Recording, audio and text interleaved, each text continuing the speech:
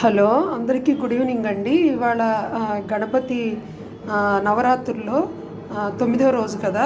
ఇవాళ దద్దోజనం చేస్తున్న దేవుడికి ప్రసాదం. ముందుగా ఒక డబ్బా మీద ఒక గుప్పెడు అన్నం తీసుకుని మెత్తగా ఉడికించేసుకోవాలి. ఇది వేడివేడిగా ఉన్నప్పుడే ఇలా అన్నాన్ని మెత్తగా చేసేసుకోవాలి. దీంట్లో కొంచెం పెరిగేసి మొత్తం పాలు పోసుకోవాలండి. చల్లారిపోయిన తర్వాత ఉప్పు వేయాలి. పాలు విరగకుండా ఉంటాయి. ఇలా చేస్తే నైవేద్యం పెట్టే టైంకి మంచిగా తోడుకుని దద్దోజనం పులుపు లేకుండా ఉంటుంది.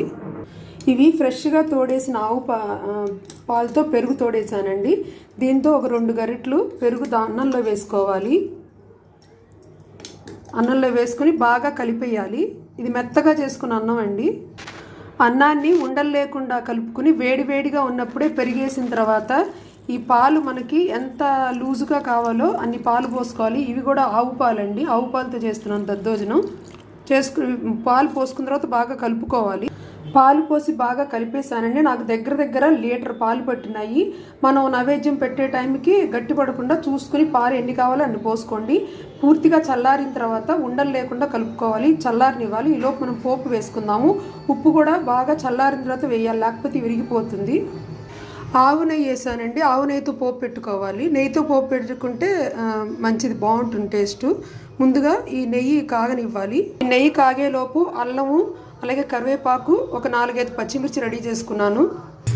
నెయ్యి కాగిన తర్వాత పచ్చిశనగపప్పు, మినపప్పు, ఆవాలు, జీలకర్ర కొంచెం ఎక్కువ వేసుకోండి. నేను పల్లీలు వేయనండి. పసుపు కూడా ఇష్టమైతే వేసుకోవచ్చు. నేను కొంచెం వేద్దాం అనుకుంటున్నా, కొంచెం వేస్తా. మామూలుగా అయితే చాలామంది దద్దోజనానికి పసుపు వేయరు. పోపు వేగిపోయిందండి. ఇందాక పెట్టుకున్న అల్లం, పచ్చిమిర్చి, కరివేపాకు వేసేస్తున్నాను. కొంచెం వేసుకోవాలి. ఇది కూడా ఒక చిటికెడు పసుపు వేసుకున్నాను. కొంచెం ఇంగు కూడా వేసుకుని బాగా కలుపుకోవాలి. పోపు మంచిగా వేగిపోయిందండి. తీసి పక్కన పెట్టుకోవాలి. కలిపిన తర్వాత ఇలా ఉందండి. నాకు మొత్తం లీటర్ పాలు పట్టినాయి. మీరు కావాలంటే గట్టిగా అయిపోతే ఇంకొంచెం పోసుకోవచ్చు.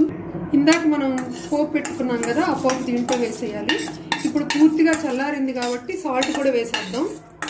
ఇది సాల్ట్ అండి, 3 టీ స్పూన్లు తీసుకున్నాను. ఇది వేసేసి బాగా కలిపేయండి. 2 పూర్తిగా కలిపిన తర్వాత ఇలా ఉంటుందండి.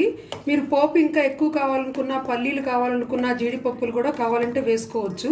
మొత్తం కలుపుకోండి. మీకు గట్టి పడిపోతే ఇంకొంచెం పాలు రెడీ పెట్టుకుని కలుపుకున్నా బాగుంటుంది, లూజుగా.